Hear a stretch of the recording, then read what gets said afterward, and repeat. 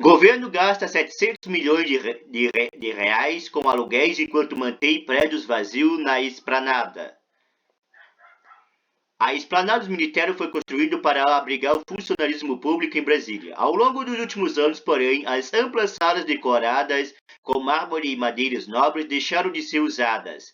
Uma boa parte dos servidores passou a trabalhar em prédios modernos e luxuosos com aluguéis que custam por ano aos cofres públicos 700 milhões de reais. O seleto grupo de locadores que abocanham milhões do governo inclui políticos e famílias que fazem bons negócios com o poder desde a construção da capital projetada.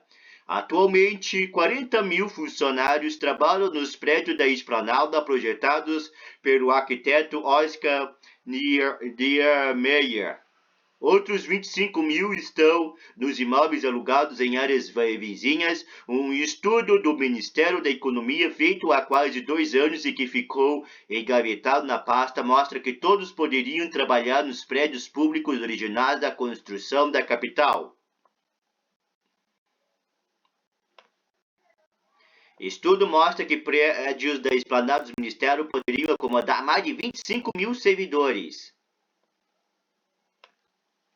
A maior fatia do bolo reservado a aluguéis milionários fica com as empresas da família Venâncio, ao menos 38,2 milhões de reais. O clã teve origem com Antônio Venâncio da Silva, o ex-lavrador de Assaré, Ceará, que começou a ganhar dinheiro ao comprar e depois revender a casa do padre Cícero em Juazeiro.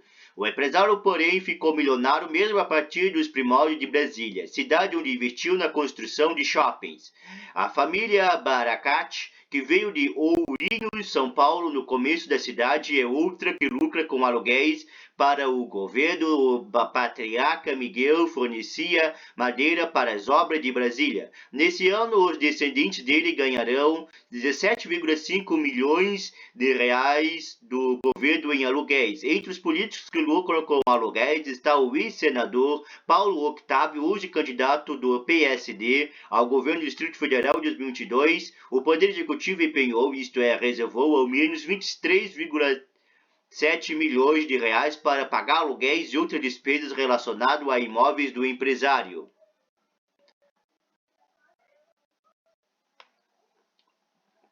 Para empresas ligadas ao também ex-senador Luiz Estevão, estão reservados ao menos outros 14,8 milhões de reais. Estevão teve o mandato cassado em 2022, o primeiro da história do Senado por envolvimento do caso Lalau, como ficou conhecido o esquema operado pelo juiz trabalhista Nicolau dos Santos Neto de desvio de recursos da construção do prédio do TRT em São Paulo. Nos anos 1990, por sua vez, o empresário Rames Fará vai faturar 2,7 milhões de reais e o ex-senador Eunício Oliveira, do MDB do Ceará, 6,1 milhões de reais. Batizado de relatório número 2, o estudo que propõe a volta dos servidores para a esplanada foi elaborado por servidores da Secretaria Especial de Desburocratização, Gestão e Governo Digital do Ministério da Economia, do fim de maio de 2020, ainda no começo da pandemia de Covid-19, extrapolando os dados do Bloco K da esplanada, onde funciona hoje a economia. Os técnicos estimaram que, em média, cada servidor da região da Administração Federal do Plano Piloto tem para si uma área de trabalho de 17,8 metros quadrados, já incluindo aí todas as utilidades como restaurantes, auditórios, berçários, salas de reunião, etc. Prédio alugado para alocar servidores da Procuradoria-Geral da Fazenda Nacional. O valor é muito maior que o padrão da iniciativa privada. É maior ainda que o determinado pelo próprio governo. A regra atual da Secretaria de Patrimônio da União, SPU, exige que o Executivo considere de 6 a 9 metros quadrados da área útil por pessoa ao aluguel um imóvel. Modernista. Projetados por Oscar Niemeyer nos anos 1950, muitos dos prédios enfileirados da esplanada preservam o mobiliário modernista original com pesadas divisórias em madeiras escuras e salas amplas. Segundo o relatório, a esplanada poderia comportar mais de 25 mil servidores se o espaço médio fosse reduzido de 17,8 metros quadrados para 11,2 metros quadrados por pessoa, um valor acima do utilizado dos escritórios atuais. Confirmando a validade desse padrão, a Controladoria Geral da União, CGU, em seu processo de chamamento público se permuta, adotou parâmetros que levaram a 8,45 M2 da área útil por ocupante. Esse índice inclui gabinete, escritório, sala de reunião, serviços médicos, diz um trecho. Com essa otimização, a esplanada poderia comportar até 65 mil pessoas, aumentando em mais de 60% sua ocupação atual, diz um trecho do relatório. O texto destaca ainda que esta otimização poderia representar uma economia de até 700 bilhões de reais por ano, mesmo admitindo que uma investigação mais detalhada seria necessário para saber, por exemplo, se as estruturas atuais do prédio da esplanada suportariam o peso adicional. Apesar dos fortes indícios de vantajosidade, a hipótese cogitada cresce de análise mais detalhada dos custos, benefícios e potencialidades técnicas de atividades que fogem do escopo do presente estudo, escreveram os autores. Antônio Carpinteiro é professor aposentado do curso de Arquitetura e Urbanismo da Universidade de Brasília, UNB, e especialista na história da cidade. Segundo ele, o tombamento da capital federal não impede mudança do interior dos prédios. Brasília é tombado como espaço urbano. O que é tombado é a carcaça. Dentro você poderia mexer. Inclusive, as divisórias internas dos ministérios são de paredes leves. São divisórias de madeira. Pode-se mudar desde o início da construção. Na verdade, se você for ver o que significa 17 metros quadrados por pessoa, vai ver que nisso estão incluindo áreas de café, agências bancárias no térreo, outras coisas. Observa, é claro que o gabinete do ministro tem que ser mantido com uma certa amplitude, porque tem um papel representação ali.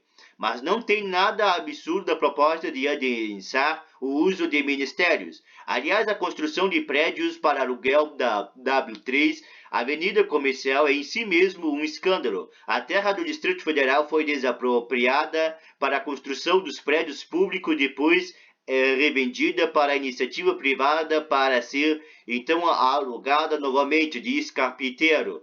Procurado, o Ministério da Economia não respondeu aos questionamentos da reportagem. Disse apenas que o estudo foi elaborado ao longo de 2019, mas não foi atualizado desde então. Alto luxo. Em 2022, a lista de maiores gastos com aluguel é encabeçada pela Agência Nacional de Transportes Terrestres, ANTT. A agência reguladora está hoje instalada num prédio envidraçado às margens do Lago Paranoá, do setor Clube Sul da família Venâncio. Este ano, a agência reservou 28 milhões de reais para cobrir despesas relacionadas ao prédio entre aluguel e condomínio, dos quais 16,5 milhões de reais já foram pagos. O prédio se chama Venâncio Green Building, tem 12 anos de construção e é inacessível por transporte público, contando com 141 vagas de estacionamento. A última corporação brasileira a adentrar o mercado do escritório de alto padrão foi a Polícia Federal. Em junho passado, a Polícia Federal mudou-se de sua antiga sede um prédio próprio, conhecido como Máscara Negra, para um prédio envidraçado na Avenida W3 Norte chamado Multi Brasil Corporate, da família Baracat, formado por 4 torres e complexo, tem 518 vagas de garagem, restaurante, auditório e academia de ginásio privado. Com isso, as despesas saltaram de 273,6 mil reais ao mês para 1,2 milhões de reais mensais, ou 17,3 milhões de reais por ano. Até agora, em 2022, já estão empenhados em 15,1 bilhões de reais para atender as despesas com o prédio. Edifício alugado abriga a nova sede da Polícia Federal da Asa Norte. Mesmo com um prédio na esplanada, o Ministério da Saúde aluga o prédio PO 700 erguido pelo empreiteiro Paulo Octávio na quadra 702 da Asa Norte. Vem daí o nome do edifício projetado pela arquitetura paulistana Rui Oktak, morto em novembro passado, 2022, estão reservados 15,9 milhões de reais para a defesa relacionada ao prédio, que abriga também a Fundação Nacional de Saúde, FUNASA, fundação subordinada ao IMS. Em outubro de 2018, um trecho do porcelanato do 5º andar se deslocou, criando um desnível. A edificação chegou a ser evacuada, mas não houve comprometimento da estrutura.